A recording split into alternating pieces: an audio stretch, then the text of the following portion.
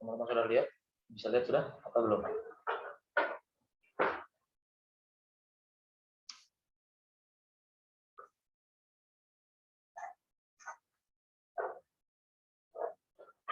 Sedikit ya, agak lama.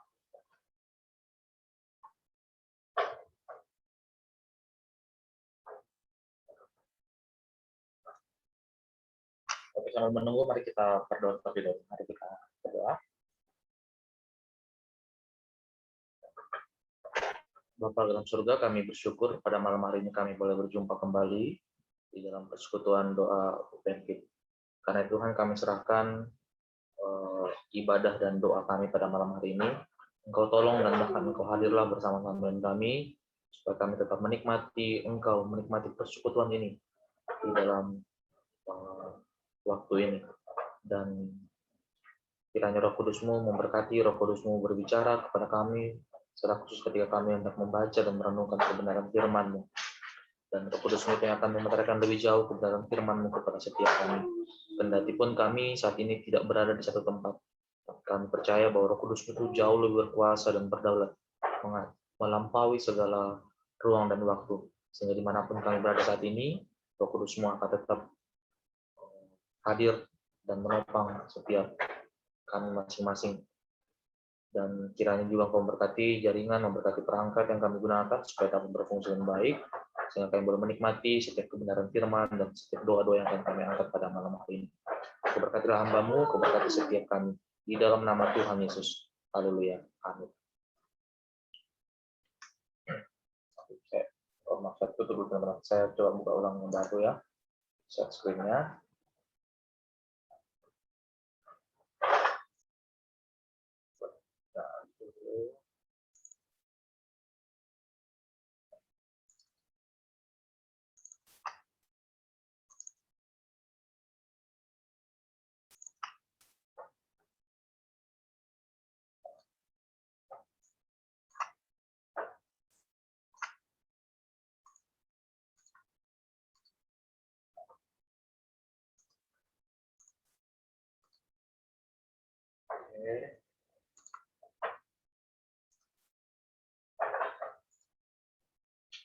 Oke, teman-teman,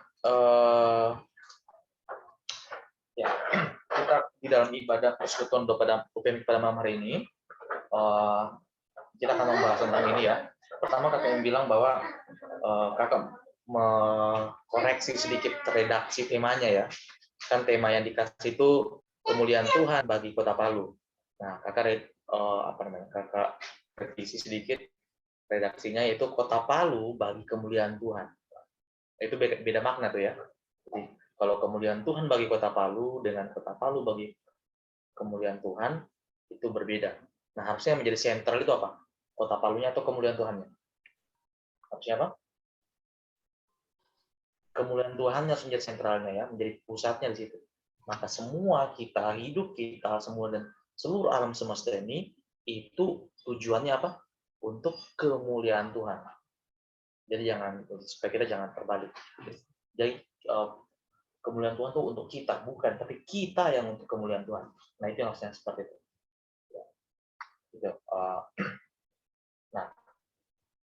Nah, seperti yang tema yang dikasih kita Kota Palu bagi kemuliaan Tuhan. Ya. Saya tidak tahu apakah teman-teman semua yang ikuti dalam Zoom ini, ibadah pada malam ini, sedang berada di Kota Palu atau tidak gitu. Ya. Kemungkinan besar juga tidak ya. Mungkin besar teman-teman masih ada di kampung masing-masing seperti itu. Mungkin juga mungkin belum pernah ke Palu atau mungkin sudah lah ya, mungkin yang masuk mahasiswa baru mungkin juga. Nah, teman-teman, ini Kota Palu ya. Kota Palu itu cukup besar. Nggak terlalu luas sebenarnya, nggak terlalu besar juga seperti itu. Jadi penampakan Kota Palu, ya Kota Palu itu unik sebenarnya teman-teman. Kenapa? Kita tuh kota yang dikenal dengan 3 dimensi. Maksudnya apa? Palu itu 3 dimensi. Maksudnya dia itu ada lautannya, tapi ada juga gunungnya. Kalau teman-teman sekeliling Kota Palu itu pasti akan melihat gunung. Nah, tapi Kota Palu itu terletak di apa? Di lembah. Nah, makanya kita tuh Palu itu terletak di daerah yang 3 dimensi, ada pegunungan, ada lembah dan ada lautan. Seperti itu. Nah, Ini ada saya kakak tampilkan juga satu ikon Kota Palu jembatan, walaupun jembatan itu sudah tidak ada sekarang karena terjang tsunami 3 tahun yang lalu ya. Kita akan peringati bulan ini, bulan September ya. Oh mungkin ini alasan mungkin tema yang diangkat ya. Saya tadi mikir apa sih alasan Kota Palu bagi kemuliaan Tuhan gitu. Nah, ya saya di Palu sudah cukup lama dari sejak kecil. Saya walaupun tidak lahir di Palu, tapi saya cukup besar di Palu dari saya SD kelas 2 ya, kelas 2 SD saya sudah di Palu, tinggal di Palu.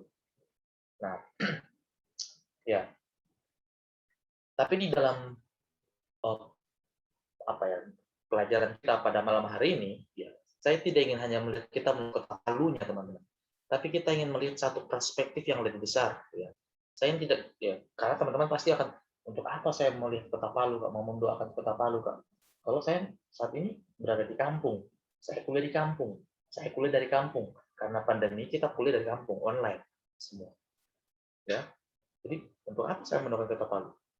Ya bagi teman-teman yang mungkin sebelum pandemi itu pasti ya mau tidak mau tinggal di Palu, hidup di Palu, dan bahkan juga ada beberapa alumni yang dia tidak kembali ke kampung dan tetap di Palu seperti istrinya kakak seperti itu. Nah, karena itu kita ketika nanti pelajaran firman yang kita lihat kita bukan hanya melihat kota Palunya, tapi jauh lebih besar yaitu sebagai satu bangsa, ya sebagai satu bangsa Indonesia. Karena kita tidak bisa dipisahkan, kita adalah satu kesatuan dari satu bangsa yang besar ini, bangsa Indonesia, yang punya begitu banyak keunikan, begitu banyak keistimewaan. Maka kita pun harus berbangga sebagai rakyat Sulawesi Tengah lah ya, saya bilang Sulawesi Tengah, karena sebagian besar pasti yang kuliah di Palu itu anak-anak Sulawesi Tengah, yang ada di Poso, dari Morowali, dari Kulawi, dari Napu, dan sebagainya. Nah, karena itu kita akan ya berharap teman-teman membawa perspektif ini kepada satu yang lebih besar itu sebagai satu bangsa. Walaupun nanti banyak kata-kata itu, kata-kata itu kata kota, kata Palu, kata kota seperti itu. Nah, berharap kita melihat satu perspektif juga, nanti kita melihat perspektif yang lebih besar. Selama ini kalau kita melihat bahwa semuanya untuk saya, tapi harusnya kita sekarang teman-teman sebagai mahasiswa akan melihat punya perspektif yang baru, yaitu melihat dunia ini, melihat kota ini seperti apa, melihat kota Palu ini seperti apa, atau kota di mana teman-teman tinggal sekarang seperti apa. Terlebih ketika kita sekarang berada di satu kondisi yang hampir 1 tahun lebih melanda dunia, yaitu virus corona, COVID-19, ya, coronavirus disease COVID-19. Ya. Termasuk Indonesia, termasuk yang menghadapi bagian ini, kondisi ini. Ini kita sedang dalam kondisi krisis ya. Satu hal yang kakak renungkan, kakak bertanya, kenapa ya Tuhan mengizinkan corona ini melanda dunia? Ya, bukan hanya melanda satu wilayah, tapi satu dunia berperang menghadapi virus corona ini. Ya, kenapa Tuhan mengizinkannya? Ya, satu hal yang kakak renungkan apa? Yang kakak dapatkan itu adalah bahwa Tuhan tuh mau menunjukkan bahwa Dia berkuasa, Dia benar-benar berdaulat. Sedangkan manusia adalah manusia yang benar-benar terbatas. Kalau sebelumnya manusia itu menganggap sepertinya tidak ada Tuhan, sepertinya kita bisa berjuang sendiri. Ini menunjukkan bahwa ada satu pribadi yang berdaulat, dan kamu sebagai manusia hanya sebagai ciptaan, dan kamu sungguh-sungguh terbatas. Tapi di dalam segala kondisi itu, Allah juga sedang apa? Menunjukkan bahwa Dia tetap berdaulat, Dia tetap memegang kendali. Ya, Dia tetap memegang kendali atas segala sesuatu yang terjadi di muka bumi, di alam semesta. Nah, teman-teman, di dalam mendasari renungan kita pada malam hari ini, saya mengajak kita membuka, mungkin bagian ini tidak asing bagi kita, yaitu dari kitab Yeremia pasal 29. Ya, saya ingin kita membaca Yeremia pasal 29.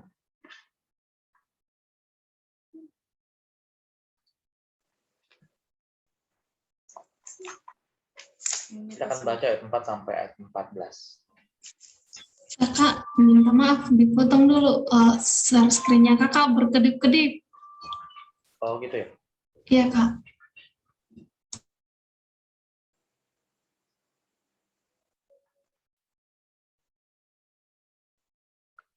Kau besar.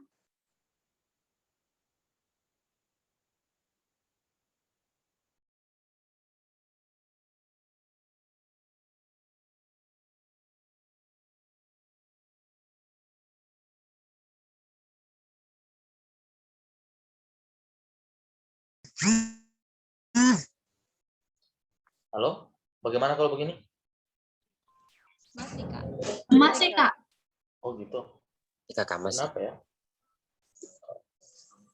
Soalnya kakak baru habis install laptop, jadi memang tadi pagi baru kakak install, jadi tadi baru mendownload ulang aplikasi Zoom ya.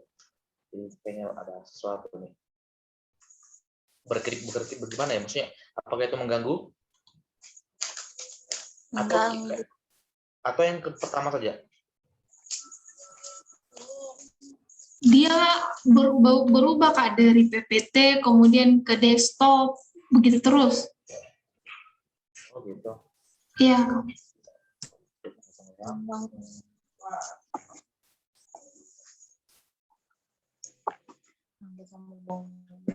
Kalau begini?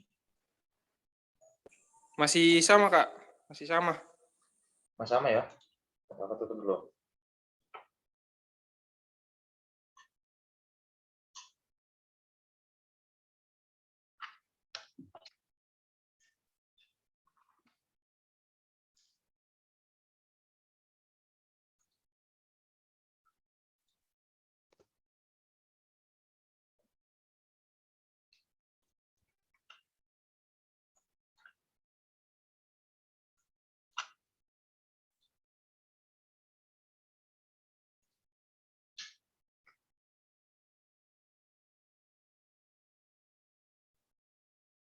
Oke, kalau tunggu kata satu kali, kalau anu kakak kirim ke Selmi ya.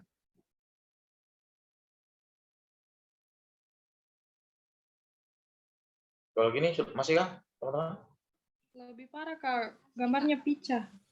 Oke. Kakak kirim ke Selmi aja ya, nanti Selmi yang share screen ya. Iya, Kak.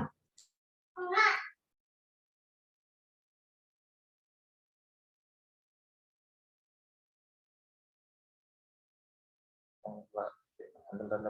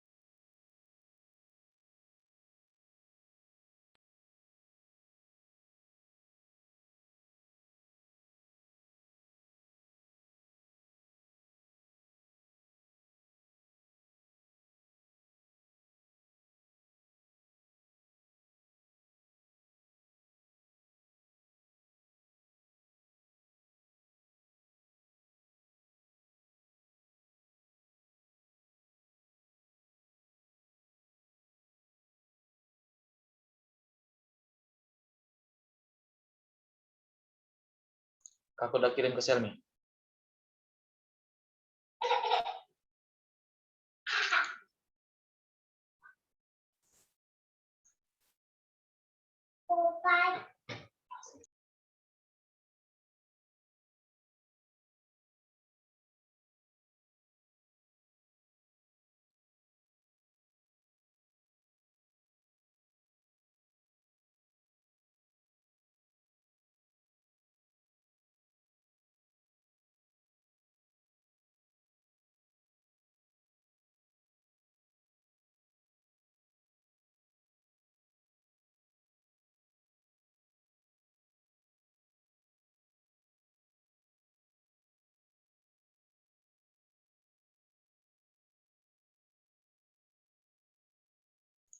Boleh lanjut, Selmi?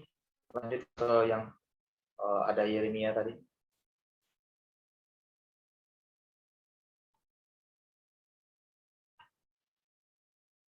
Halo, Selmi lanjut. Ya, lanjut. Lagi sampai Yeremia. Ya, oke. Di sini.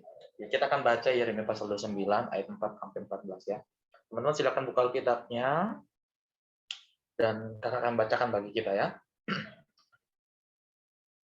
Yeremia pasal 29 ayat 4 sampai 14. Beginilah firman Tuhan semesta alam, Allah Israel, kepada semua orang buangan yang diangkut ke dalam pembuangan dari Yerusalem ke Babel. Dirikanlah rumah untuk kamu diami. Buatlah kebun untuk kamu nikmati hasilnya. Ambillah istri untuk memperanakan anak laki-laki dan perempuan. Ambilkanlah istri bagi anakmu laki-laki dan carikanlah suami bagi anakmu perempuan, supaya mereka melahirkan anak laki-laki dan perempuan, agar di sana kamu bertambah banyak dan jangan berkurang. Usahakanlah kesejahteraan kota kemana kamu aku buang, dan berdoalah untuk kota itu kepada Tuhan, sebab kesejahteraannya adalah kesejahteraanmu. Sungguh, beginilah firman Tuhan semesta alam, Allah Israel. Janganlah kamu diperdayakan oleh nabi-nabimu yang ada di tengah-tengahmu, dan oleh juru-juru tenungmu, dan janganlah kamu mendengarkan mimpi-mimpi yang mereka mimpikan. Sebab mereka bernubuat palsu kepadamu demi namaku. Aku tidak mengutus mereka, demikianlah firman Tuhan. Sebab beginilah firman Tuhan, apabila telah genap 70 tahun bagi Babel, barulah aku memperhatikan kamu. Aku akan menepati janjiku itu kepadamu dengan mengembalikan kamu ke tempat ini. Sebab aku ini mengetahui rancangan-rancangan apa yang ada padaku mengenai kamu. Demikianlah firman Tuhan, yaitu rancangan damai sejahtera dan bukan rancangan kecelakaan, untuk memberikan kepadamu hari depan yang penuh harapan. Dan apabila kamu berseru dan datang untuk berdoa kepadaku, maka aku akan mendengarkan kamu. Apabila kamu mencari aku, kamu akan menemukan aku. Apabila kamu menanyakan aku dengan segenap hati, aku akan memberikan kamu menemukan aku. Demikianlah firman Tuhan. Dan aku akan memulihkan keadaanmu, dan akan mengumpulkan kamu dari antara segala bangsa, dan dari segala tempat kemana kamu telah kucerai-beraikan. Demikianlah firman Tuhan. Dan aku akan mengembalikan kamu ke tempat yang dari mana aku telah membuang kamu. Oke. Nah, teman-teman, ya.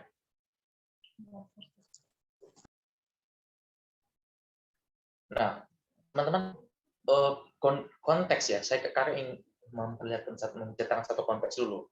Nah, konteks cerita dari bacaan kita ini, itu konteks ketika bangsa Israel, atau lebih tepatnya Israel bagian selatan, yaitu kerajaan Yehuda, itu sudah dibuang di kerajaan Babel. Ya, kalau teman-teman tahu sejarahnya, ya teman-teman tahu lah yang ini yang langsung lihat dari sekolah minggu ya. Jadi kan raja pertama Israel itu siapa rajanya pertama? Ada yang tahu siapa namanya? Siapa? Raja pertama bangsa Israel. Saul. Saul. Yang kedua? Daud bukan? Daud. Yang ketiga? Yorhiro.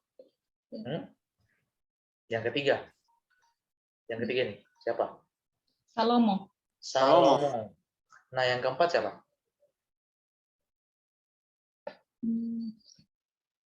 Siapa? Nah, kan ya Saul, Daud, Salomo. Salomo itu punya anak, nanti nama anaknya itu Yerobeam. Rehabeam. Ya, Rehabeam. Nah, akhirnya di tangan Rehabeam ini pecahlah kerajaan Israel itu menjadi Israel utara dan Israel selatan. Kakak tidak mau ceritakan kenapa bisa pecah, nanti teman-teman bacalah sendiri di dua raja-raja itu ya. Nah, akhirnya pecahlah kerajaan Israel ini menjadi Israel utara dan Israel selatan. Israel utara itu dipimpin oleh namanya Yerobeam. Israel selatan, dan ibu kotanya kalian tahu? Ibu kotanya di Samaria. Nah, Israel Selatan itu dipimpin oleh rajanya yang bernama Rehabeam dan ibu kotanya di Yerusalem. Makanya yang di atas itu terdiri dari 10 suku, ya, 10 suku, dan itu disebut dengan Israel, kerajaan Israel. Nah, yang bagian selatan di bagian bawah itu terdiri dari 2 suku, itu disebut kerajaan Yehuda. Ya, kerajaan Israel Selatan itu disebut kerajaan Yehuda. Itu 2 suku, yaitu suku Yehuda dengan suku Benyamin. Ya, itu sejarahnya. Nah, nanti kan artinya masing-masing punya raja berganti.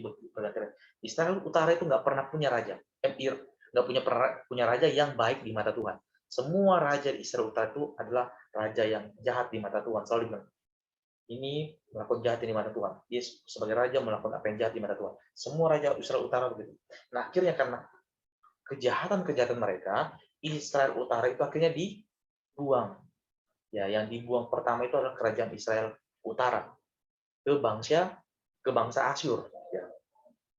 Ke bangsa Asyur. Nah,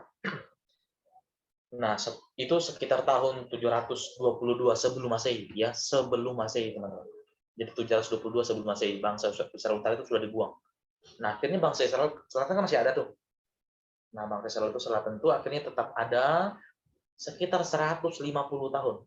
Nah, Israel Selatan itu punya raja juga, tapi sebagian besar rajanya itu memang juga melakukan hal yang sama, kan, seperti di atas, melakukan apa yang jahat di mata Tuhan.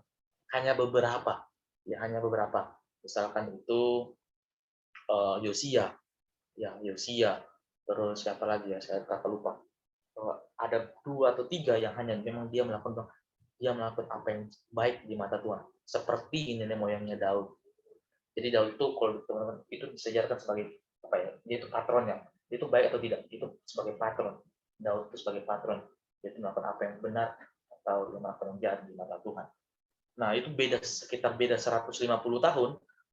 Akhirnya sekitar tahun 586 sebelum Masehi, akhirnya bangsa Israel Selatan itu dibuang juga kepada Tuhan, oleh Tuhan, ke bangsa Babel.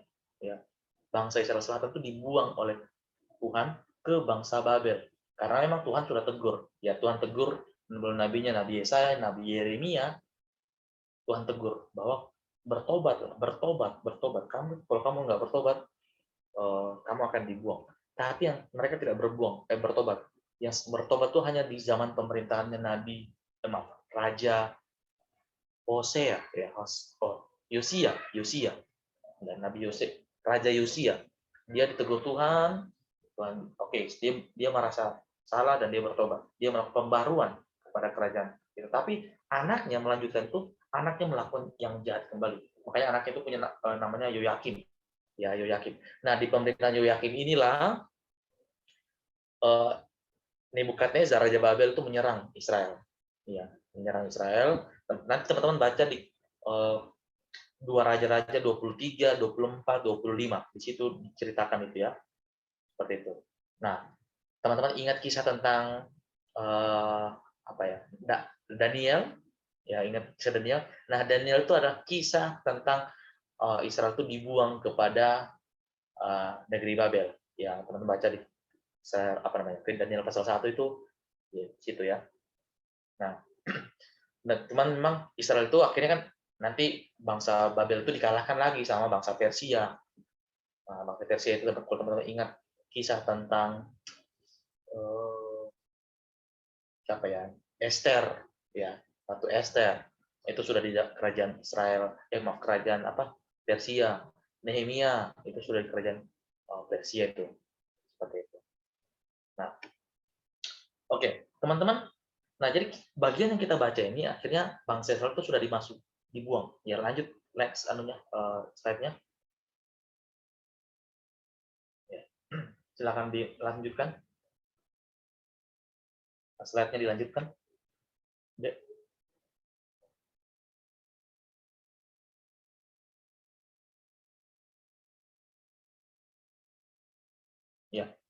Nah, teman-teman, dalam abad ke-6 itu sebelum Masehi, bangsa Israel itu ditahan oleh musuh, ya, musuh mereka itu, ya, bangsa Babel.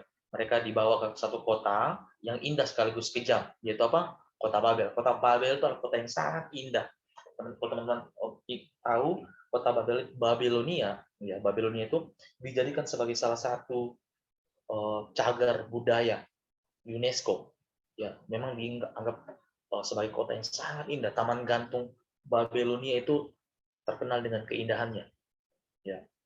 Nah, tapi bangsa Babel juga dikenal dengan bangsa yang sangat kejam. Ya. Nah, makanya teman-teman, kenapa akhirnya pertanyaan kan gini, kenapa orang Israel itu yang dibuang itu dikalahkan oleh bangsa Babel harus dibawa ke kota Babel? Kenapa tidak dijajah saja di negeri mereka? Misalnya teman-teman ingat di Perjanjian Baru kan yang menjajah kerajaan Israel itu siapa? Romawi. Di zaman Tuhan Yesus itu bangsa Romawi. Tapi kan mereka tidak dibawa ke kota Roma, tapi tetap di Israel. Tapi kenapa bangsa Babel ini dia bawa orang-orang yang dia jajah itu, orang yang dia kalahkan tuh masuk ke kota Babel? Nah, tujuan tuh apa? Tujuan tuh untuk supaya mereka tuh kehilangan identitas. Mereka tuh dia mau ganti identitas mereka.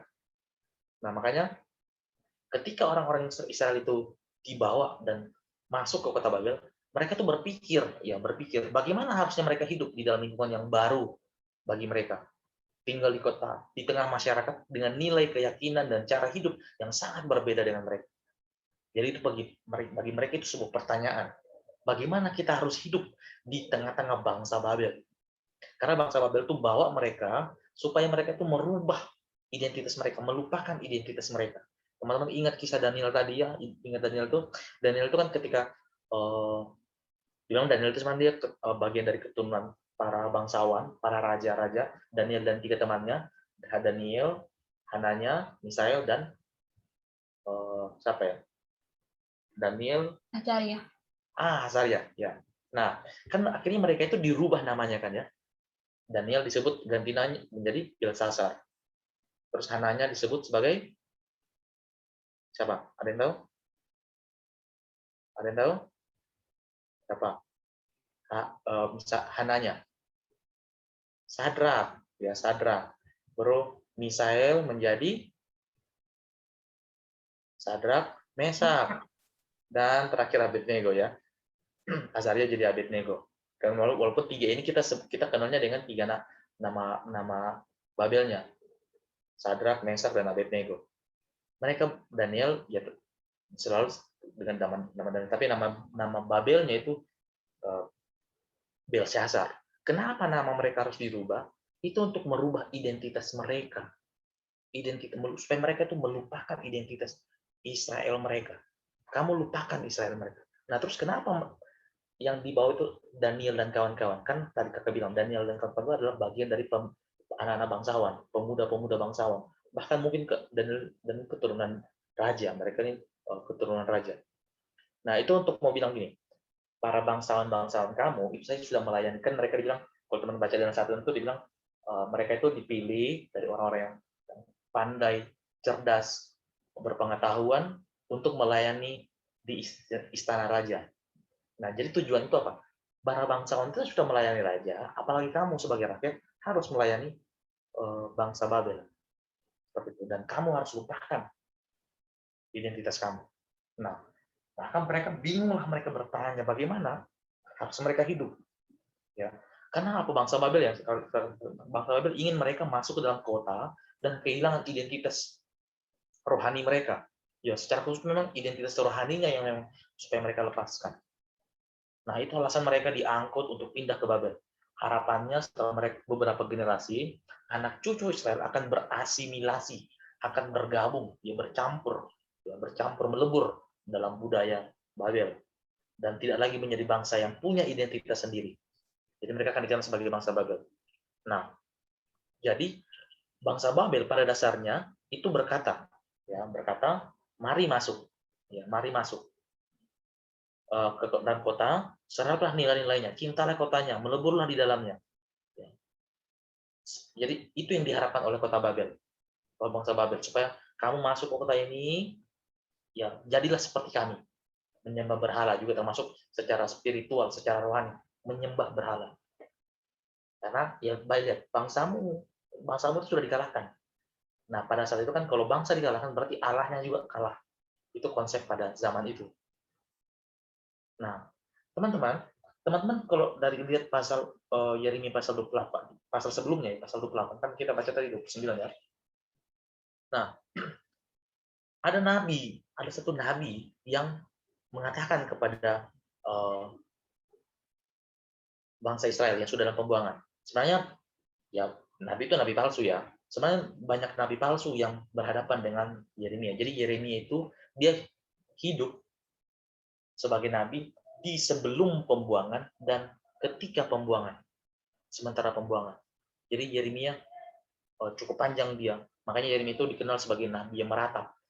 Yang lagi meratap karena dia melihat bangsanya sendiri itu dibuang oleh Tuhan ke Babel dan ditaklukkan di sana. Maka kitab ratapan itu ditulis oleh Yeremia. Nah, kan sebelum di pembuangan pun banyak nabi-nabi palsu yang mengatakan tidak, kita akan menang melawan Babel. Tidak. Tapi Tuhan sudah bilang sama Yeremia bahwa bangsa Israel ini, bangsa Yehuda ini akan kubuang. Mereka akan dikalahkan. Itulah yang diperintahkan yang disampaikan oleh nabi kepada bangsa Israel selatan khususnya. Tapi mereka tidak mau, mereka tidak dengar. Enggak. Mereka lebih dengarkan nabi-nabi palsunya mereka itu. Ya, mereka lebih dengarkan nabi-nabi palsunya itu sehingga mereka akhirnya ya dikalahkan. Nah, ketika mereka sudah di dalam pembuangan, masih ada juga nabi palsu yang mengatakan, oh enggak, kamu pasti bisa ya.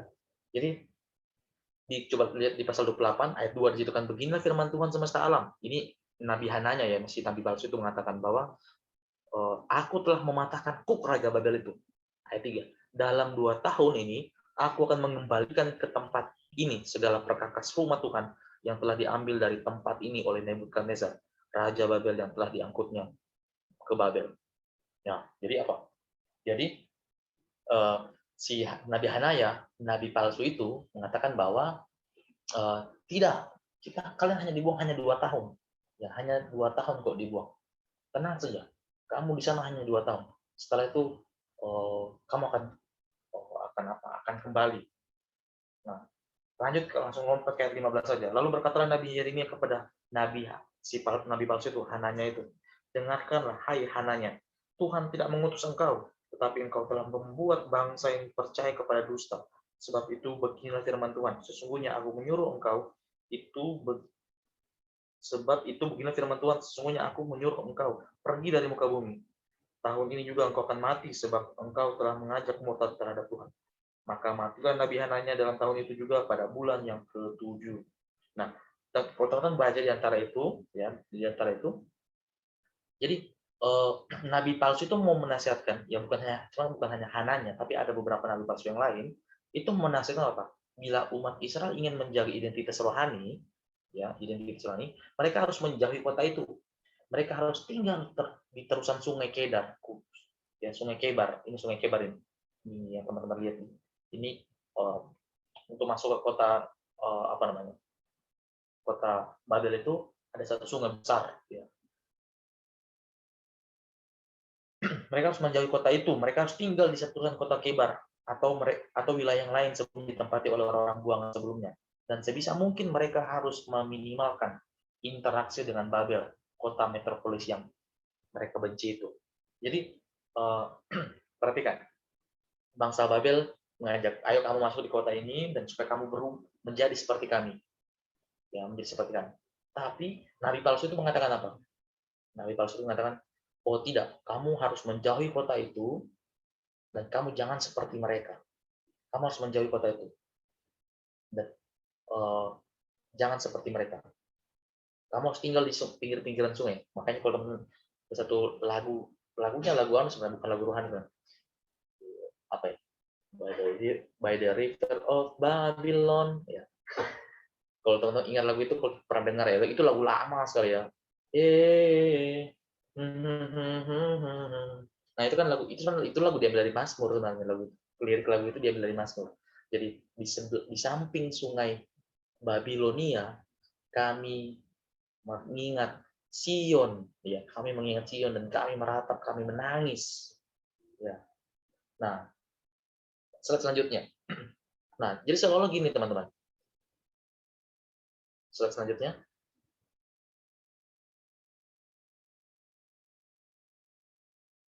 Nah, nabi-nabi palsu itu berkata begini kepada bangsa Israel, ya, jauhi kota itu, ambil keuntungan darinya, tidak perlu menghormatinya. Jadi jauhi, jauhi. Tapi bangsa Babel mengatakan apa? Masuklah ke dalam kota dan lepaskanlah identitas rohani Anda. Nabi palsu itu berkata apa? Jangan masuk ke dalam kota itu dan pertahankan identitas rohani Anda. Nah, apa yang disampaikan oleh Nabi palsu itu, Mbak, kelihatannya baik ya, kelihatan baik. Apalagi dia mengatakan dia atas nama Tuhan. Dia itu kan bilang beginilah firman Tuhan. Dia pakai nama Tuhan. Dia beralaskan nama Tuhan. Tapi apa kata Tuhan sendiri melalui Nabi Yeremia? Ya, firman Tuhan melalui Yeremia kepada orang buangan sangatlah mengejutkan, berbeda dari apa yang disampaikan oleh nabi-nabi palsu. Dia bilang apa? Masuklah ke dalam kota itu, tapi pertahankan identitas rohani Anda. Ya. Masuklah dalam kota itu, pertahankan identitas rohani Anda. Nah, bahkan Allah memanggil mereka untuk masuk ke dalam kota, ya, dan melayani kota itu dengan identitas istimewa. Mereka sebagai umat Allah. Itu umat ya, umat Allah. Allah berkata kepada mereka dalam Yeremia pasal 29 ayat 7, apa? Usahakanlah kesejahteraan kota kemana kamu aku buang, dan berdoalah untuk kota itu kepada Tuhan, sebab kesejahteraannya adalah kesejahteraanmu juga. Ya, kesejahteraannya adalah kesejahteraanmu juga. Nah, tonton perintah ini tentu mengejutkan, ya, mengejutkan mereka. Allah memanggil orang-orang buangan bangsa Yahudi untuk mengupayakan kebaikan bagi kota para penyembah berhala. Allah berkata kepada mereka, ya, akan mendapatkan bahwa kota itu akan mendapatkan sukacita dan kesejahteraan ketika mereka membawa sukacita dan kesejahteraan untuk kota penyembah berhala, tempat mereka dibuang. Nah, Allah mengatakan tinggal di sana, bangunlah rumah, menikahlah, beranak cuculah, bertambah banyaklah di sana, hadirkanlah shalom dan sejahtera di kota itu. Berdoalah kepada Tuhan untuk kota itu. Jadi Tuhan bilang jangan menjauhkan diri dari kota itu. Kamu tetap masuk ke kota itu. Tapi yang kamu harus lakukan apa? Pertahankan identitas rohani kamu. Nah, teman-teman, ini sangat berbeda, sangat sangat radikal yang disampaikan oleh Yeremia ini, sangat radikal karena ini selalu pun kita lakukan yang demikian. Bagi kita harus menjauhi hal-hal yang kita harus menjauhi dunia ini, kita harus meninggalkan dunia ini. Ya, Alkitab tidak mengatakan seperti itu, teman-teman. Alkitab mengatakan masuklah ke dunia itu, tapi kamu harus menjadi berkat bagi dunia itu. Kamu adalah terang, kamu adalah garam. Ya, Allah memanggil kita kepada dunia ini untuk menyatakan Allah itu, untuk menyatakan Dia, untuk menyatakan bahkan ya dalam bagian ini dikatakan datangkanlah kesejahteraan kemana, kepada kota, kepada aku, di mana kamu aku buang. Teman-teman yang berada di Palu, teman-teman yang berada di kampung masing-masing saat ini, apakah teman-teman dibuang oleh Tuhan? Apakah teman-teman di Palu karena dibuang oleh Tuhan? Bukan tidak ya, maksudnya tentunya tidak ya. Kita tidak dibuang ke Indonesia, kita tidak dibuang ke kota Palu, tapi kita memang ditempatkan di kota Palu. Jadi logikanya begini, kalau bangsa Israel saja yang dibuang ke bangsa Babel, tapi Tuhan bilang, hadirkanlah, datangkanlah kesejahteraan ke kota di mana kamu aku buang. Apalagi kita yang memang sengaja sejak awal Tuhan tempatkan kita, maka harusnya kita juga mendatangkan kesejahteraan bagi kota Palu, bagi kampung di mana teman-teman masing-masing berada, di Poso, di Napu, di mana, di Kulawi, bahkan juga mendatangkan kesejahteraan bagi kota, bagi Indonesia, bangsa negara kita. Ya. Nah, coba teman-teman lihat slide selanjutnya. Tuhan tuh memberikan arahan yang spesifik, ya, arahan spesifik kepada orang-orang yang dibuang. Slide selanjutnya. Apa? Tuhan bilang apa? Lanjut. Klik satu kali ya. Dia bilang apa? Dirikanlah rumah. untuk kamu diami. Ya. Buatlah, ini dari ayat 4 ya, ayat 4 sampai 5 sampai 6. Nah, dirikanlah rumah untuk kamu diami. Buatlah kebun untuk kamu nikmati hasilnya. Ambillah istri untuk memperanakan anak laki-laki dan perempuan. Supaya apa tujuannya? Supaya kamu tuh bertambah banyak, dibilang. Ya, supaya kamu bertambah banyak. Terus usahakanlah kesejahteraan kota, ya, usaha kesejahteraan kota. Mana kamu aku buang. Berdoalah untuk kota itu. Ya, berdoalah untuk kota itu. Pada akhirnya apa dibilang? Sebab kesejahteraannya adalah kesejahteraanmu juga. Ya. Nah, jadi pesannya itu, kamu tetap harus masuk ke dalam kota itu. Kamu harus masuk menjadi bagian dari kota itu. Tapi kamu tidak boleh kompromi. Kamu tidak boleh kompromi dengan nilai-nilai penduduk kota itu. Karena apa bilang? Usahakan kesejahteraan kota itu, berdoalah untuk kota itu kepada Tuhan, dibilang ya. Pada Tuhan. Itu kata Tuhan itu huruf besar. Berarti kepada Yahweh. Ya. Tuhan huruf besar itu berarti menunjuk kepada Yahweh. YHWH itu. Ya.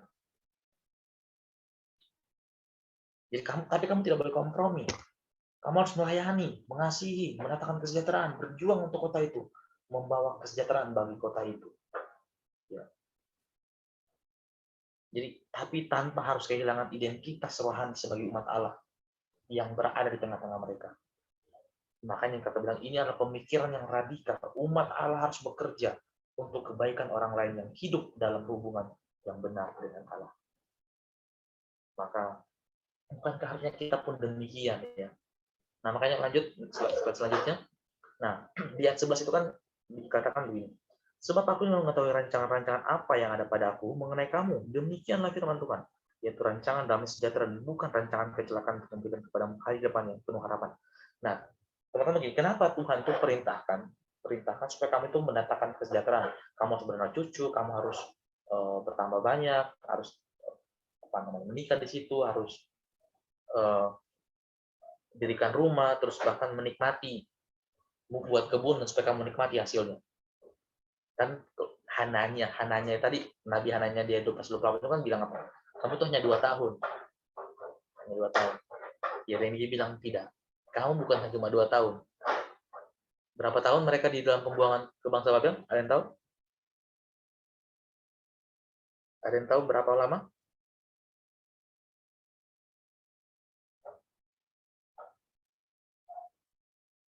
Siapa yang tahu? Berapa lama bangsa Israel dibuang ke bangsa Babel? Kan Hananya bilang, hanya 2 tahun. Tapi ternyata tidak. Terus berapa tahun? 40 tahun? Salah kayaknya. Berapa? Berapa 40. 40. 40 kurang tepat. Ya. Ada tadi Kak Rudi sebutkan 70 tahun. Ya, 70 Wah, tahun. mantap. Ya, mereka dibuang ke bangsa Babel 70 tahun. Maka itu sebab itu juga alasan kamu harus dirikan rumah, cari istri, buat kebun. Ya, buat kebun. Karena kamu akan di sana 70 tahun. Nah, jadi sebenarnya itu bukan hanya sekedar pembuangan, teman-teman. Bukan hanya sekedar pembuangan, tapi juga untuk mendatangkan kesejahteraan bagi kota itu. Untuk memperkenalkan Allah. Nanti saya sebutkan bagaimana Allah bisa dikenal di bangsa Babel. Nah, tapi kita lihat dulu ini bagian ini. Kata damai sejahtera di ayat 11 itu, di ayat 11 tadi yang bacakan itu, dalam NIV itu diterjemahkan sebagai kesejahteraan umat Tuhan. Ya, kesejahteraan umat Tuhan. Jadi makanya kita melihat bagaimana hubungan ayat 11 dan ayat 7. Ya, kata kesejahteraan damai sejahtera itu. Nah, karena jadi gini, umat Tuhan itu memiliki peran penting dalam memberi dampak untuk memberi kesejahteraan di mana Tuhan tempatkan tinggal. Jadi umat Tuhan itu punya dampak, harus punya peran, punya peran yang sangat signifikan. Kenapa? Ya karena kita adalah yaitu duta kerajaan Allah. Kita untuk memperkenalkan Tuhan bagi alam semesta ini. Memperkenalkan Tuhan kepada orang-orang di sekitar kita. Kita punya peran itu. Kita punya peran sebagai garam. Kita punya peran sebagai terang. Nah, kakak tuh, ya bagi kakak itu simpel saja ya. Kita adalah terang dan garam dulu sebelum-sebelumnya gitu. Tapi pada satu perenungan yang kakak pernah dengarkan, bayangkan jika dunia ini tidak ada garam, tidak akan dan tidak ada terang. Apa jadinya? Bukankah dunia ini akan tambah makin busuk? Bahkan dunia akan makin gelap oleh kejahatan dosa. Maka ketika Tuhan Yesus bilang di Matius pasal 5 itu, kamu adalah terang, kamu adalah garam, menunjukkan eksistensi dunia ini itu bergantung pada kita. Ya, yang memang Tuhan utus kita sebagai terang untuk menerangi. Tuhan utus kita sebagai garam untuk menggarami, untuk mempengaruhi, untuk supaya tidak busuk. Ya kan, garam itu fungsinya supaya tidak busuk. Daging itu digarami supaya tidak terjadi pembusukan. Untuk mengawetkan. Ya. Kita ada untuk mengawetkan dunia ini, untuk mempengaruhi dunia ini. Dengan itu peran kita, itu fungsi kita. Maka kalau kita sebagai terang, sebagai garam tidak menjalankan peran kita, yang menjalankan kita, betapa dunia ini sedang dalam kondisi sangat berbahaya, ya teman-teman. Karena itu mari ingat peran kita bagi kota kita, bagi bangsa kita, bagi kota Palu secara khusus di mana teman-teman tinggal. Lanjut slide selanjutnya. Jadi kita harus mengusahakan kedamaian dan kesejahteraan kota di mana kita tinggal. Ya. Maka kita harus berpikir bagaimana kita mewujudkannya. Jadi kita, sekarang saya harus berpikir. Tuhan tahu, Tuhan mau kita mendatangkan kesejahteraan. Di mana? Di bangsa kita, di kota kita, di wilayah kita. Tapi bagaimana? Karena Allah adalah Allah yang penuh belas kasihan. Dia mau kita menikmati hubungan dengannya. Supaya kita bisa mengalami kasih dan sukacita dan damai ini. Jadi logikanya sederhana ya. Allah mengasihi manusia, sebab itu dia peduli dengan kota. Dengan kota. Nah, teman-teman, di sini saya tampilkan. Kota Palu itu pada bulan September, ini statistik bulan September, itu terdiri dari 373.218 jiwa. Ya. Nah, itu ada statistik agamanya. Islam itu 80%, Kristen itu 15%. Ya, 15% saja. Itu 12 dari Kristen, Katolik 2%. Hindu itu 2%, dan Buddha 2% juga, cuma beda di belakang komanya. 2,42 dengan 2,37%. Nah, kita memang minoritas, teman-teman, minoritas di kota Palu. Ya. Tapi 15% ini bisa berdampak untuk 80% itu, berdampak bagi yang 2,42 itu dengan 2,37 bisa berdampak kalau kita benar-benar menyadari siapa kita, menyadari peran kita, ya, menjadi peran kita. Lanjut, teman-teman ingat apa yang Tuhan pernah bilang kepada Yunus tentang kota Niniwe, ya. Lanjut. Nah, Tuhan itu pernah bilang kepada Yunus, ya, yang berpenduduk lebih dari 120.000 orang. 120.000 orang. Berarti kota Palu lebih banyak ya berarti penduduknya ya. Nah, bagaimana aku tidak akan sayang kepada kota yang besar itu? Jika Allah peduli terhadap kota dan banyaknya manusia yang tinggal di dalamnya, kita pun harusnya kita peduli juga dengan orang-orang yang tinggal di kota Palu ini.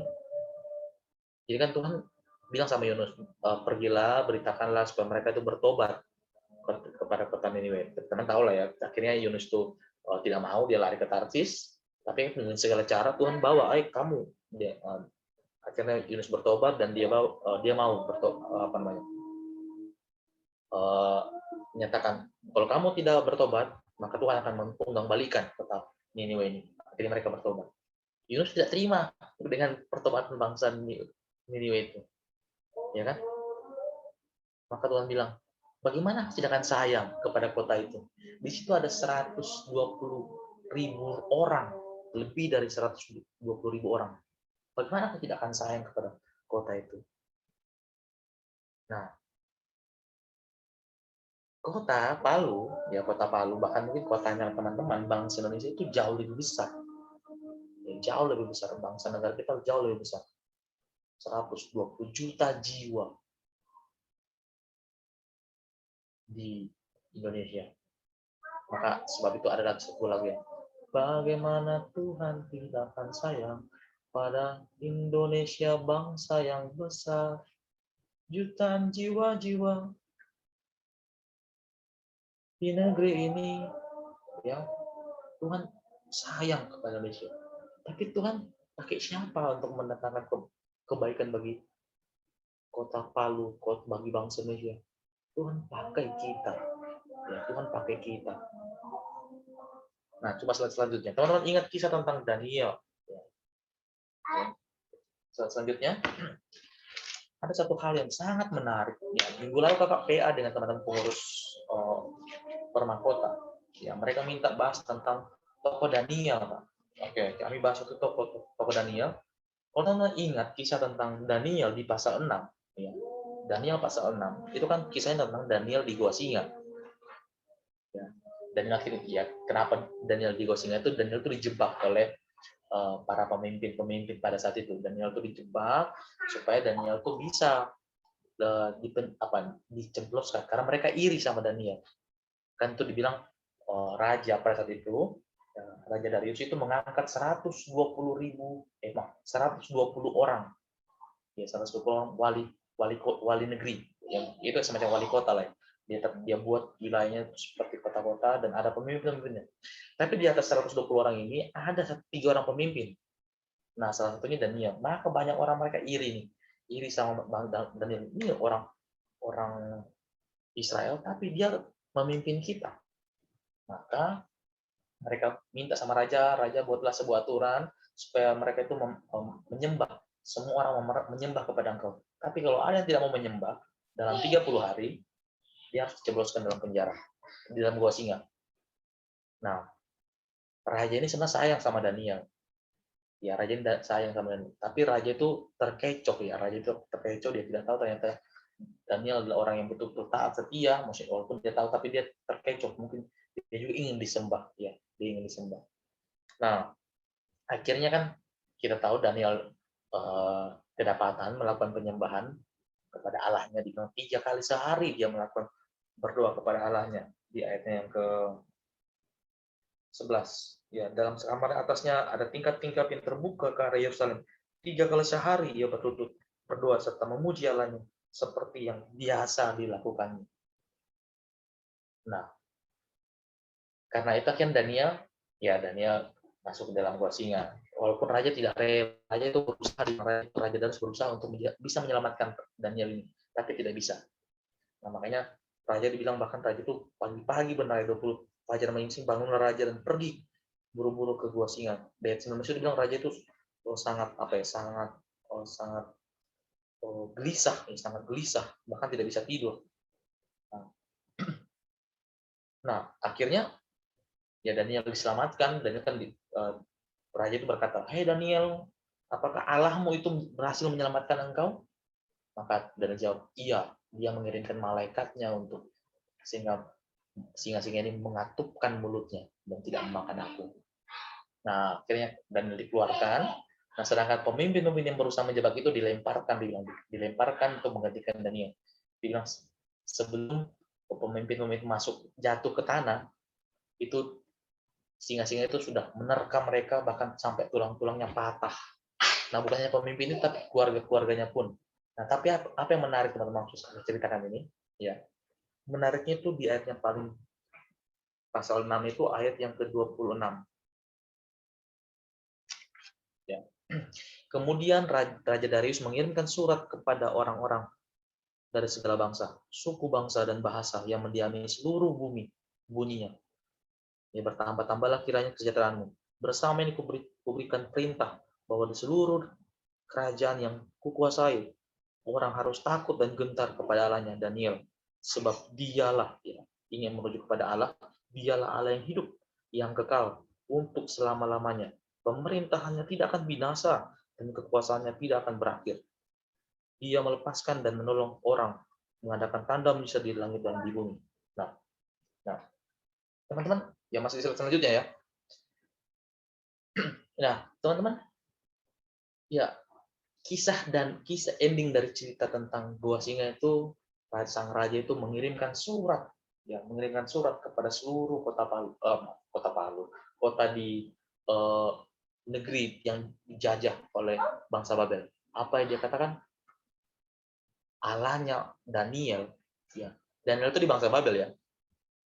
Jadi Allahnya Daniel itu adalah Allah yang hidup, ya, Allah yang hidup, Allah yang kekal untuk selama-lamanya. Tidak, pemerintah yang tidak binasa. Itu dia minta supaya seluruh orang di muka bumi itu menyembah Allahnya Daniel.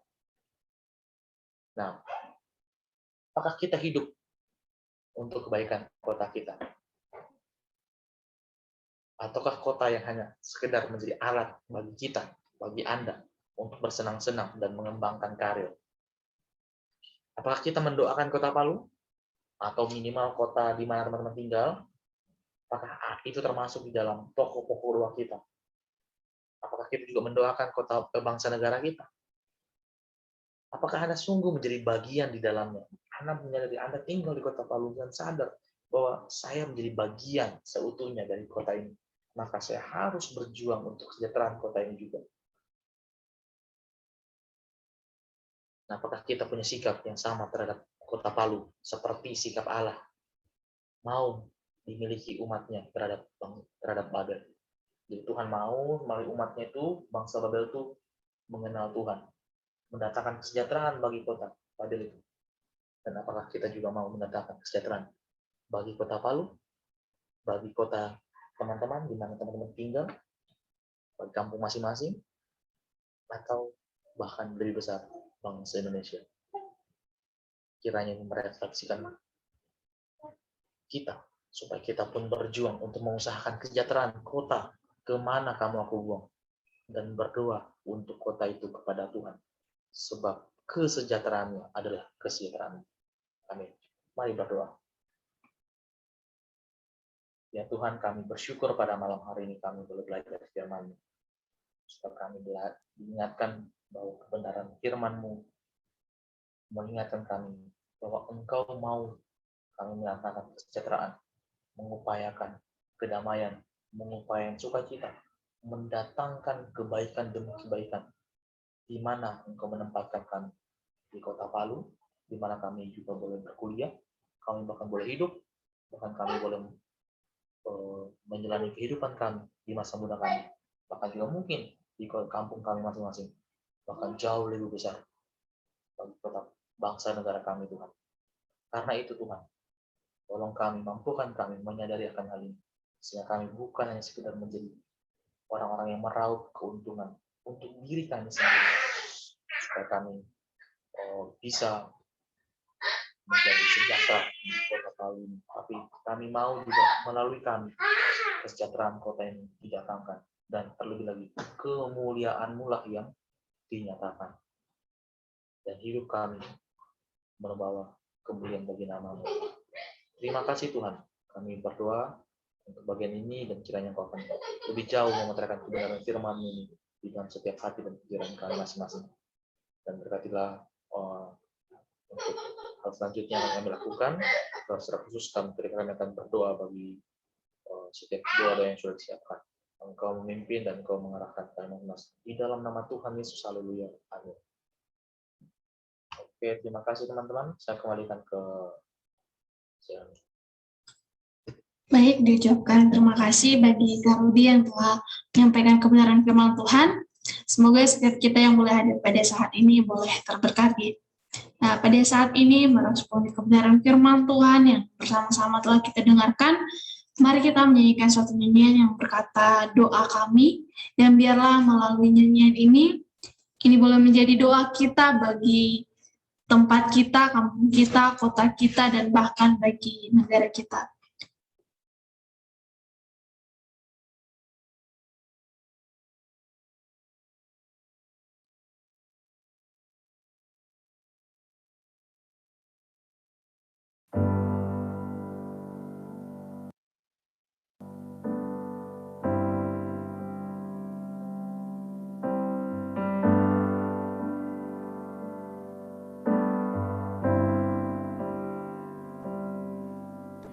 Syukur untuk setiap rencanamu dan rancangan-Mu yang mulia. Dalam satu tubuh kami bersatu, menjadi duta kerajaan-Mu. Ku ucapkan berkat atas Indonesia, biar kemuliaan Tuhan akan nyata.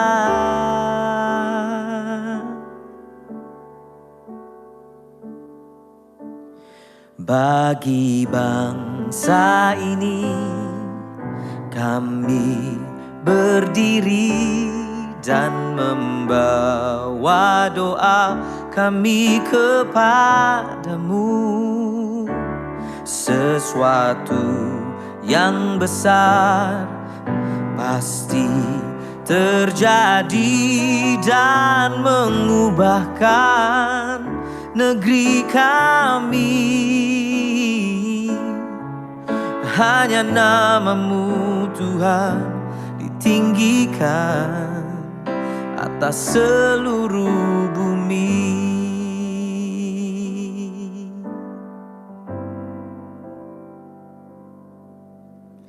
Kami rindu melihat Indonesia pulih dari semua problema, hidup dalam jalan kebenaran-Mu, pancarkan terang kemuliaan-Mu. Ku ucapkan berkat atas Indonesia, biar kemuliaan Tuhan akan nyata. Bagi bangsa ini kami berdiri dan membawa doa kami kepadamu. Sesuatu yang besar pasti terjadi dan mengubahkan negeri kami. Oh, hanya nama-Mu Tuhan ditinggikan atas seluruh bumi. Bagi bangsa ini kami berdiri dan membawa doa kami kepadamu. Sesuatu yang besar pasti terjadi dan mengubahkan Indonesia. Hanya nama-Mu Tuhan tinggikan atas seluruh bumi.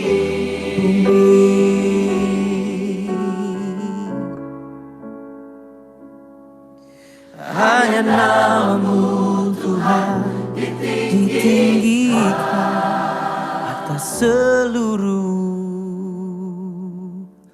bumi.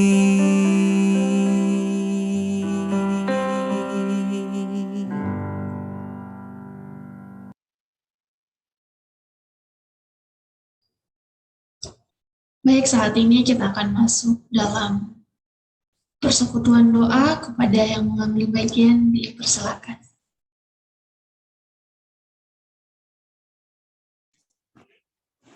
Baik, shalom. Shalom. Shalom.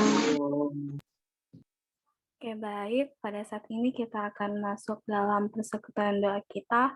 Mari siapkan hati dan pikiran kita, karena pada saat ini kita akan bersatu hati berdoa bagi bangsa negara kita, bagi pemerintahan, bagi kota kita, bahkan universitas dan juga UPMK. Namun sebelum itu, mari kita angkat pujian Tak Terbatas Kuasa-Mu Tuhan.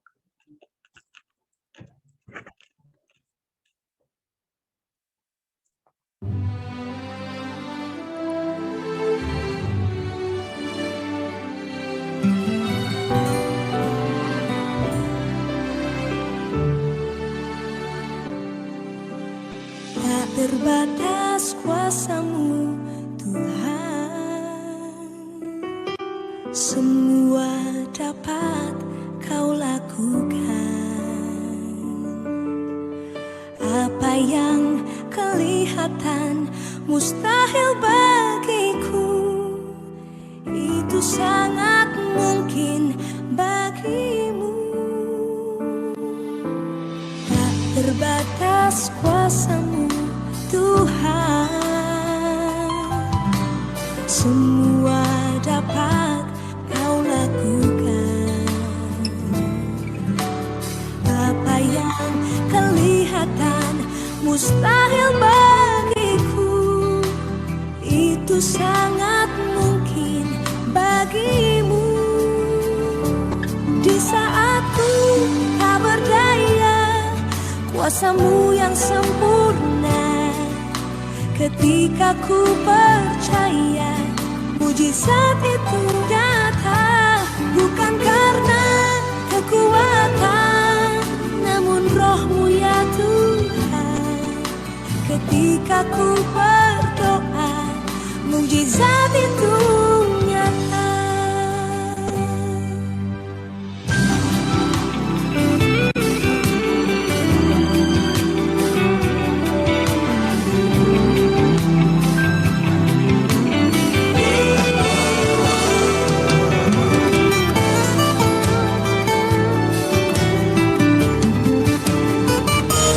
Di saat ku tak berdaya, kuasa-Mu yang sempurna. Ketika ku percaya, mujizat itu nyata. Bukan karena kekuatan, namun Roh-Mu ya Tuhan. Ketika ku berdoa, mujizat itu nyata. Ketika ku berdoa, mujizat itu nyata. Ketika ku percaya, mujizat itu nyata.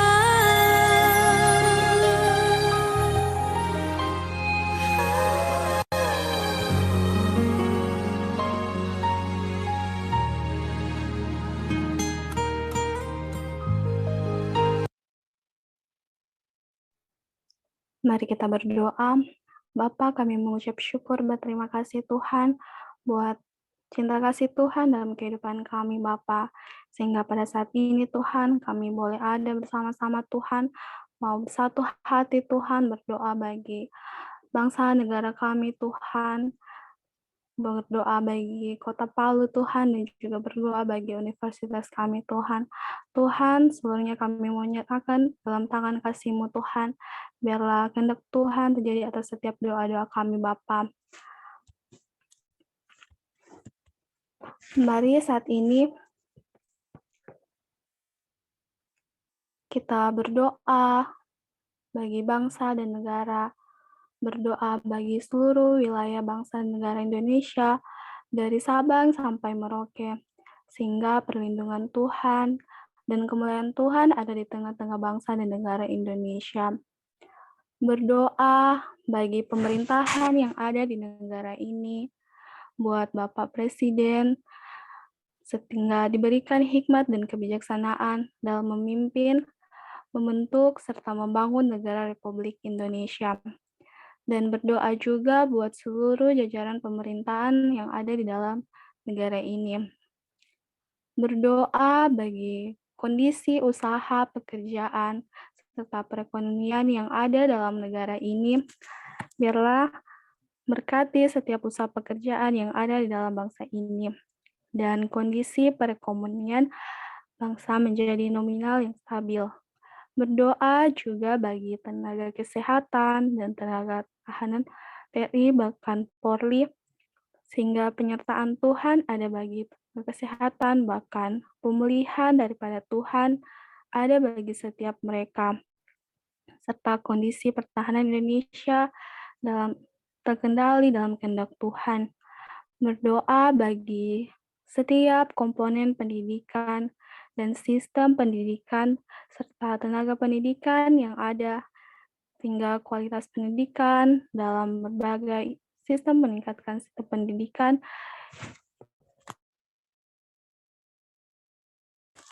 yang lebih baik, serta berdoa bagi seluruh tenaga pendidik yang ada di negara ini. Berdoa buat kesatuan dan toleransi seluruh warga negara Indonesia, tetap dan terus menaruh kepercayaan kepada Tuhan dan memiliki toleransi yang baik di dalam perbedaan agama dan suku yang ada. Mari bersama berdoa untuk bagian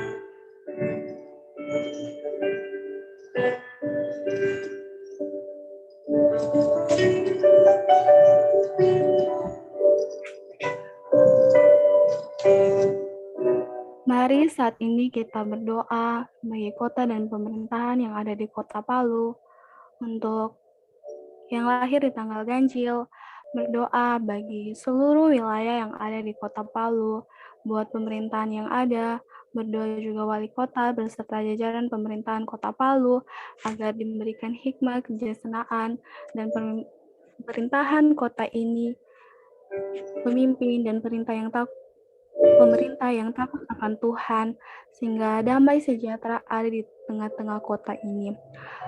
Doa untuk yang lahir di tanggal genap, berdoa buat seluruh tempat peribadahan yang ada di Kota Palu. Biarlah perlindungan kedamaian ada di Kota Palu, dan biarlah masyarakat Kota Palu memiliki rasa toleransi antara setiap perbedaan yang ada. Berdoa buat pemulihan Kota Palu dari pandemi COVID-19, sehingga kehidupan dapat berjalan sebagaimana mestinya.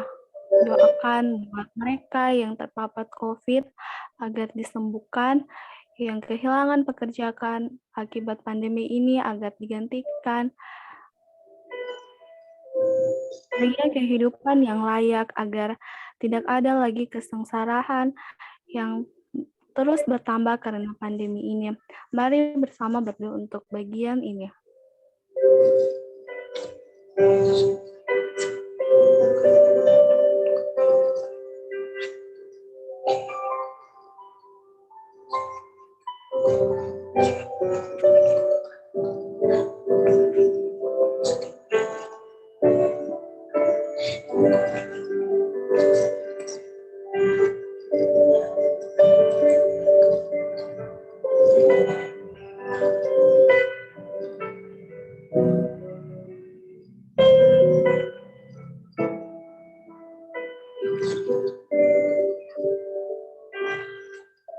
Mari bersama berdoa bagi Universitas Tadulako, berdoa bagi seluruh komponen yang ada, baik rektor, dekan, dosen-dosen, bahkan pegawai dan staf yang ada dalam Universitas Tadulako.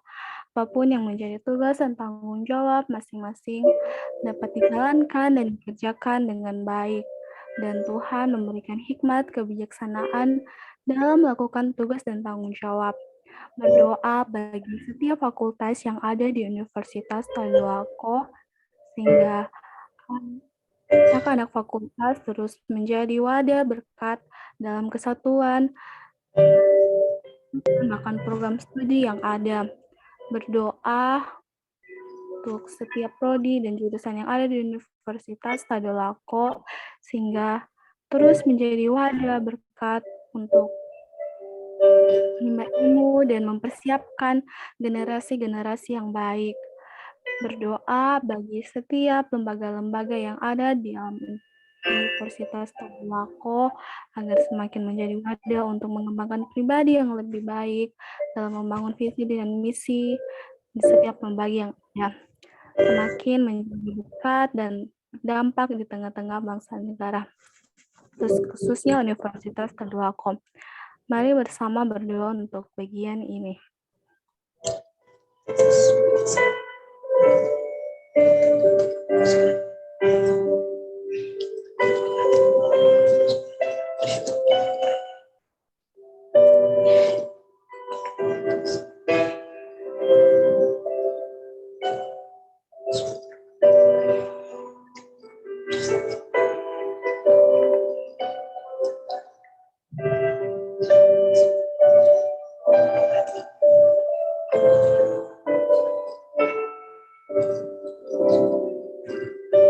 Mari saat ini kita menyanyi pujian tak sedikit pun.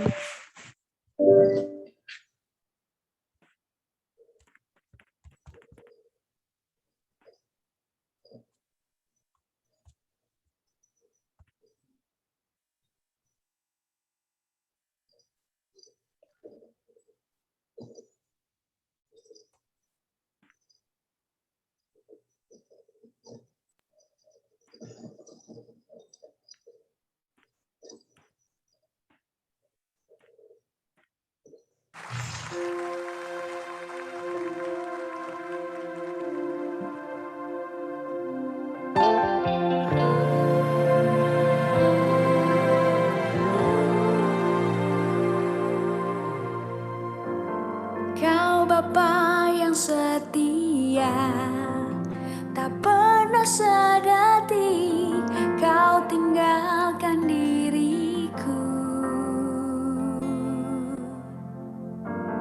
Hatiku teguh di dalam janjimu sampai ku melihat kuasamu. Karyamu sempurna, ajaib dan mulia, penyertaanmu buktikan kasihmu kepadaku. Ku agungkan Engkau, Yesus termulia, kasihmu terindah selamanya.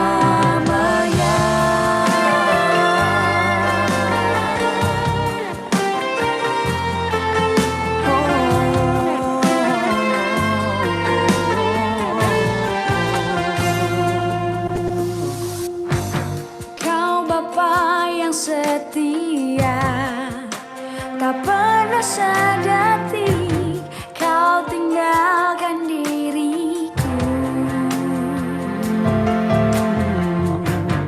Hatiku teguh di dalam janjimu sampai ku melihat kuasamu. Karyamu sempurna, ajaib dan mulia, penyertaanmu buktikan kasihmu kepadaku. Ku agungkan Engkau, Yesus termulia, kasihmu terindah selamanya. Tetap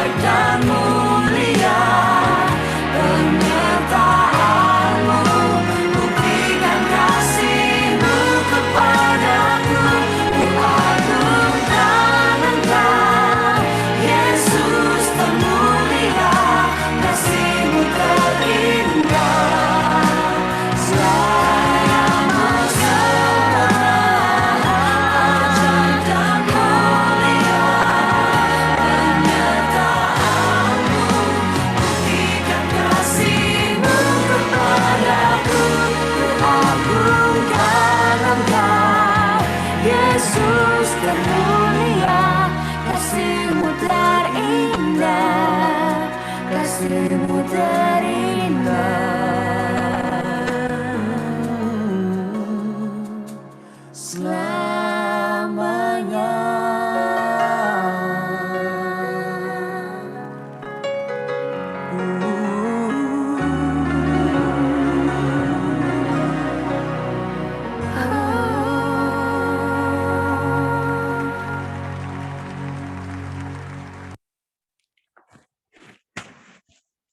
Mari saat ini kita berdoa bagi UPMKIP, berdoa bagi persekutuan UPMKIP, biarlah apa yang menjadi tujuan, visi misi dalam pelayanan Tuhan nyatakan bagi UPMKIP dan digenapi bagi setiap pribadi dalam kepengurusan UPMKIP.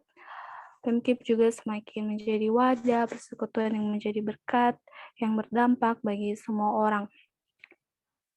Mari bersama berdoa untuk bagian ini.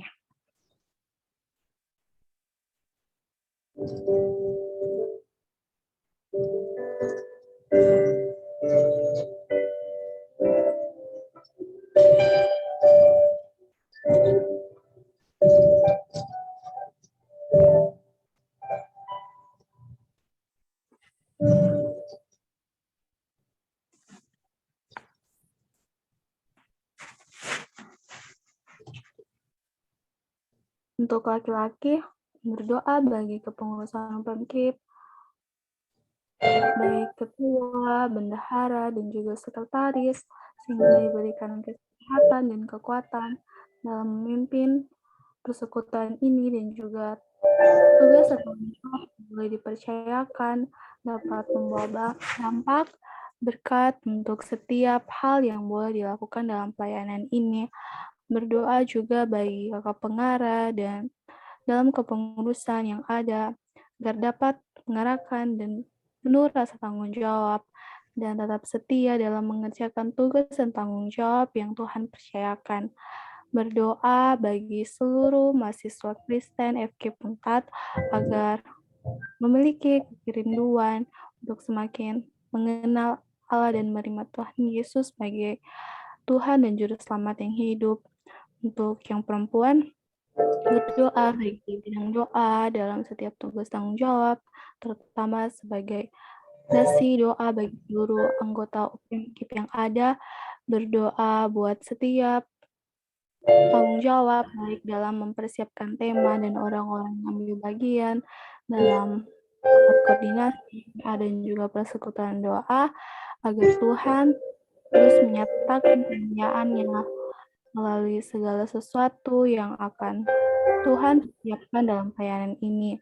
Dan berdoa buat setiap kontrol hubungan pribadi dengan Tuhan dan setiap buletin doa yang ada agar semakin baik dalam mengerjakan tugas dan tanggung jawab yang ada, sehingga semakin banyak pribadi yang mendoakan buletin doa yang dibagikan setiap minggunya.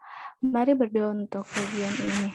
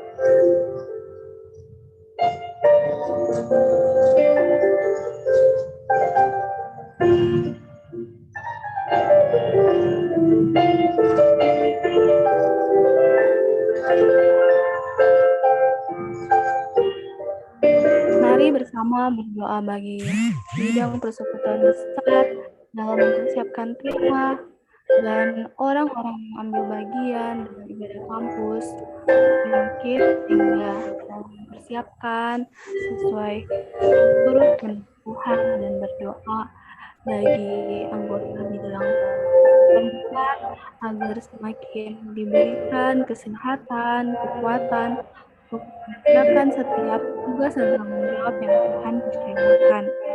Berdoa buat pembinaan, latihan, pelayan altar, dan Tuhan mengerjakan pelayanan Tuhan dan integrasi ke Tuhan. Tuhan percayakan setiap pribadi yang ada, sehingga pelayanan yang dilakukan dapat berdampak dan jadi dampak berkat bagi semua orang. Berdoa bagi bidang kelompok kecil dalam melakukan tugas dan tanggung jawab, terutama dalam mengontrol pemimpin kelompok kecil yang ada di UPMKIP, lalu terus diberikan kekuatan untuk setiap pribadi anggota kelompok kecil. Berdoa buat bagi setiap pembinaan PKK yang ada mereka mempersiapkan sehingga melalui pembinaan yang dilakukan dapat lebih membantu PKK dalam memimpin setiap KTB yang percayakan, dan juga melalui pembinaan CPKK dapat mempersiapkan setiap pribadi yang benar-benar memiliki misi penginjilan sehingga Tuhan dapat mempersiapkan mereka untuk menjangkau pribadi yang belum mengenal Kristus secara pribadi. Mari bersama berdoa untuk bagian ini.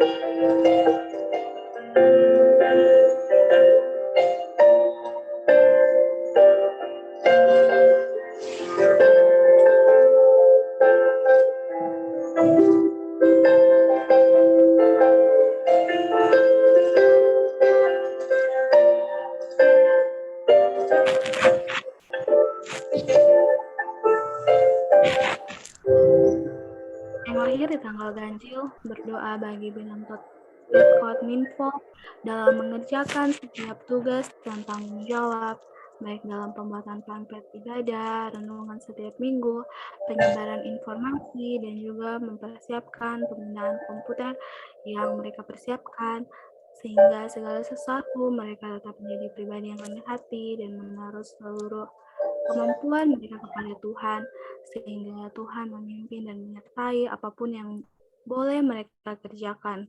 Untuk yang lahir di tanggal genap, berdoa bagi seluruh bidang Sapras agar selalu memiliki kesatuan hati dan melakukan setiap tugas dan tanggung jawab.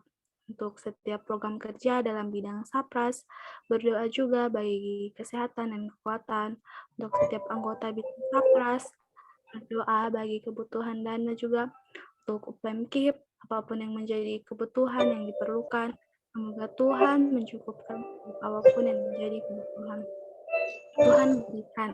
Dan berdoa untuk kesatuan hati seluruh pengurus agar semakin memiliki rasa tanggung jawab dan kerinduan untuk melakukan tugas dan tanggung jawab yang Tuhan percayakan. Mari bersama berdoa untuk bagian ini.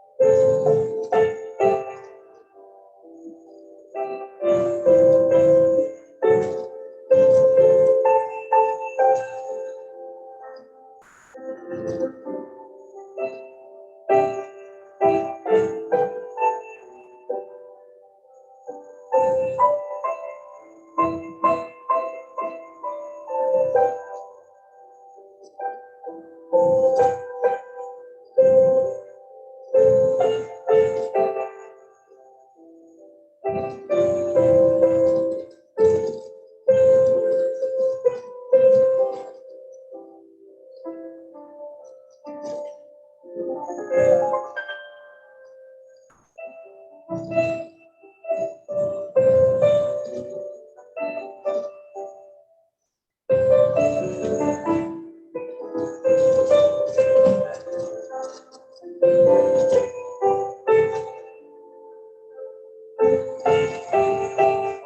bersama berdoa bagi Panitia Natal UPMKIP 2021 dalam 3 bulan ke depan.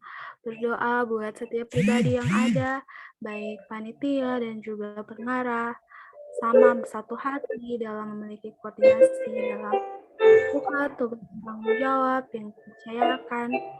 Berdoa buat setiap program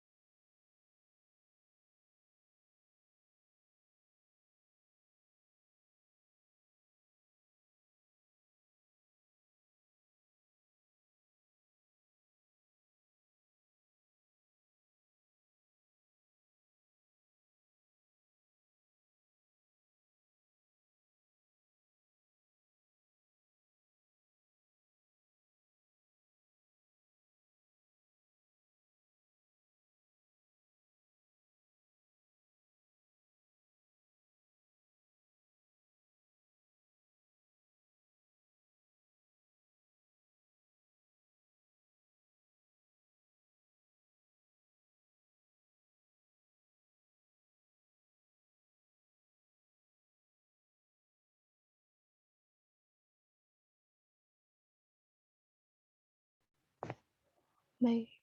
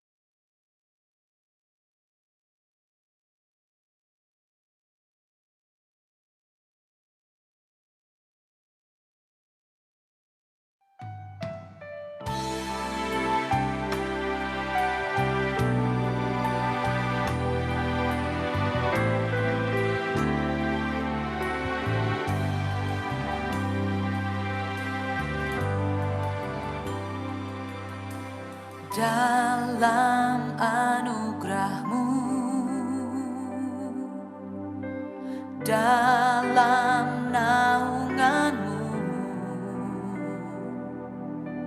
ku dapat merasakan kemuliaan-Mu Tuhan. Kau yang menetapkan, Kau yang mencurahkan kuasa dari tahta-Mu, membangkitkan roh-Ku. Selamanya Kau Tuhanku, yang terutama di hidupku. Tak akan ku lepaskan pengharapan di dalam-Mu.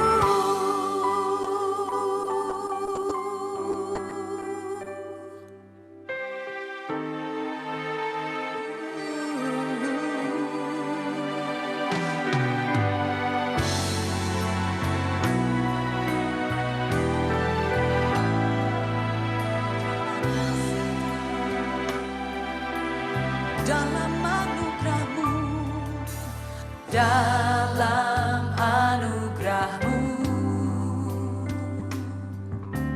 dalam naungan-Mu, ku dapat merasakan kemuliaan-Mu, kemuliaan Tuhan. Kau yang menetapkan, Kau yang mencurahkan kuasa dari tahta-Mu, membangkitkan roh-Ku. Selamanya Kau Tuhanku, yang terutama di hidupku. Tak akan ku lepaskan pengharapan di dalam-Mu.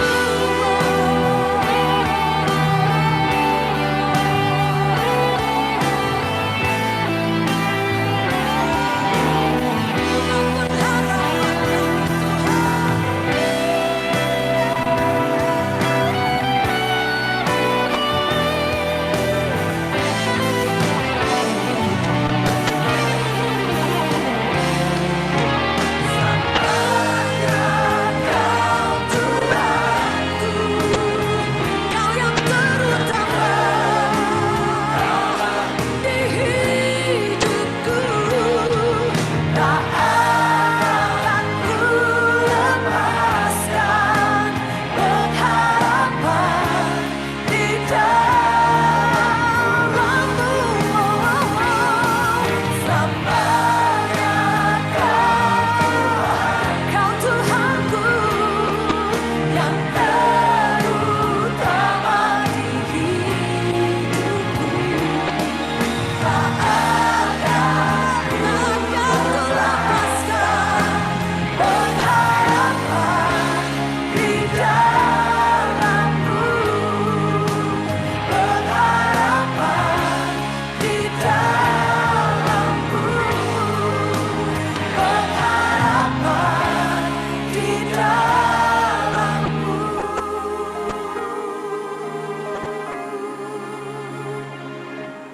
Di dalam-Mu.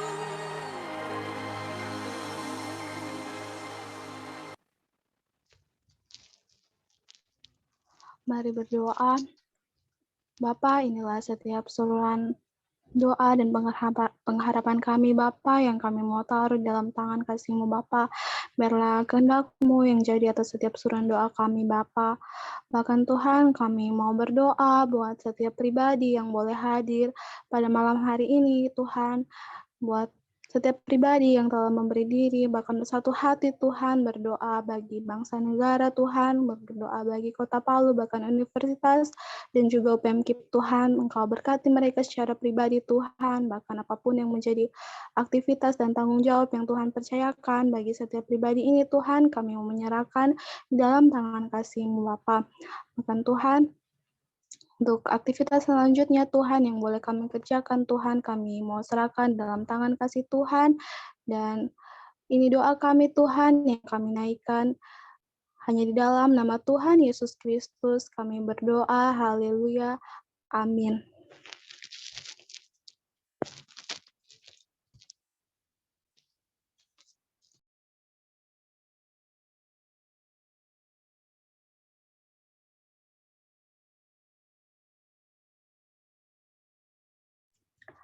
Oke, baik. Diucapkan terima kasih buat kakak-kakak dan juga teman-teman yang sudah memberi diri untuk ikut dalam ibadah persekutuan doa pada malam hari ini. Tuhan Yesus memberkati. Berharap untuk ibadah persekutuan selanjutnya teman-teman dapat kembali ikut. Shalom. Shalom. Shalom. Jangan keluar dulu, mungkin kita mau dokumentasi dulu. Ya, baik. Semuanya boleh buka kameranya terlebih dahulu.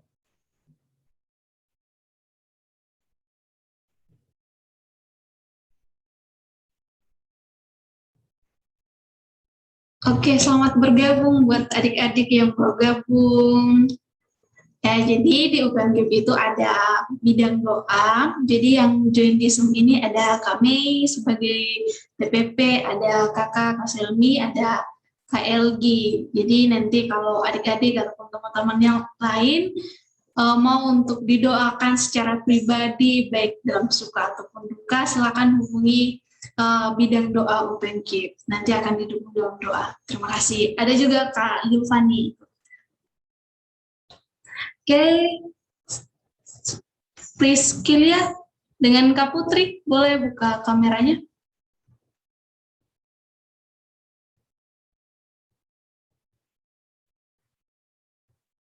Priscilia ada? Priscila. Oke, jika tidak ada, saya akan screenshot. Oke, 1, 2, 3. Oke, lagi. 1, 2, 3.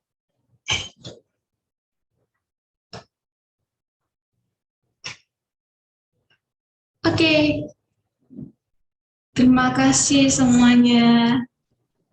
Dan shalom. Sampai bertemu di persekutuan doa bulan depan.